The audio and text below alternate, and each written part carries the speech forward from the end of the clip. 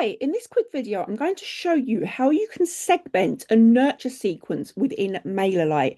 Now, the reason you would want to do this is perhaps you have got some links in your emails, maybe a masterclass video, and you want to segment the sequence depending on the actions that people actually take on the emails that you are sending them. So in this video, I'm going to show you how to set that up.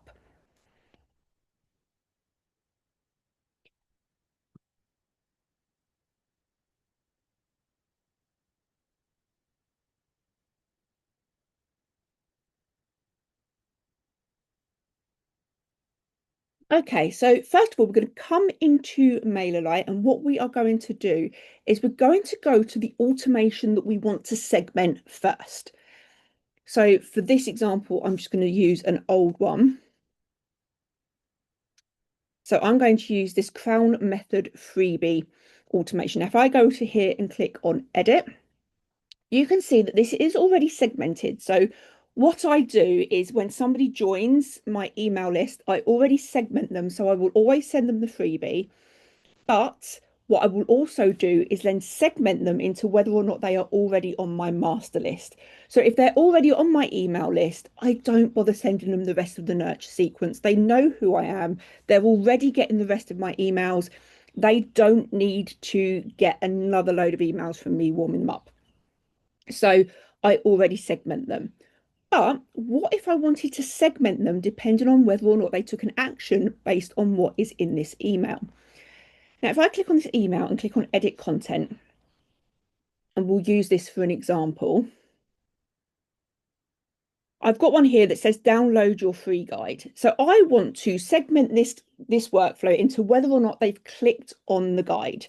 Now, this could be if they've watched a video, so you might have a link to a YouTube channel or a YouTube video, but they need to be clicking, they need to be taking an action somewhere. So I'm going to copy this link, this URL. Then I'm going to close all of this and I'm actually going to go back and start a new automation, because what we want to do is we want to put people who have taken an action into a separate group or a separate list, but obviously MailerLite calls them groups. So let's just go back to here, click on automations. I'm going to create a new automation. I'm going to start from scratch and I will just go segment Crown freebie, start building. Now, the action step is going to be that they click a link. So we then select the link. So automation workflow starts when a subscriber clicks on the designated link in any of your email campaigns or automations. Now we know they're going to have been sent an email campaign because they've already signed up to receive a freebie from us. So I'm going to save that. That will be the trigger. So as soon as they click that, they will get tagged. So I will then add the next step, and I'm going to add them to copy to groups because I want to copy them to a different group. So I want them to stay in the group that they're already in, but I want to move them to a next group. So there isn't a group already on here. So what I would do is I would save this. Well, let's just put them onto a group for now so I can save it. What I'm going to do is close this, go back to subscribers, go to groups, and I'm going to create a group called clicked Crown freebie link. Now, you could call this clicked video link, clicked masterclass link. You can call it whatever you want to call it. We're then going to go back to the automations that we've just done, going to edit this, and we're just going to edit the group that we're putting them in. So if we click on that, delete that group, and then that group will be down here, clicked on Crown freebie. Click on save, click on activate. So activate this automation. Anybody who meets the trigger criteria will get added. Perfect. That's what we want. We then want to go back to the original automation. So mine was called the Crown freebie, which has now moved down a page. There you go. Edit. Now, what I would be doing on here is I would still keep the master list separate. So if they're already on the master list, I wouldn't be nurturing them. But after this, I would add another condition. And I would move this over.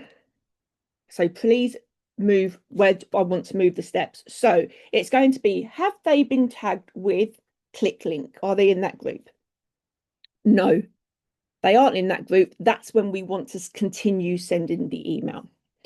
So we want them to match the condition that they are in the group,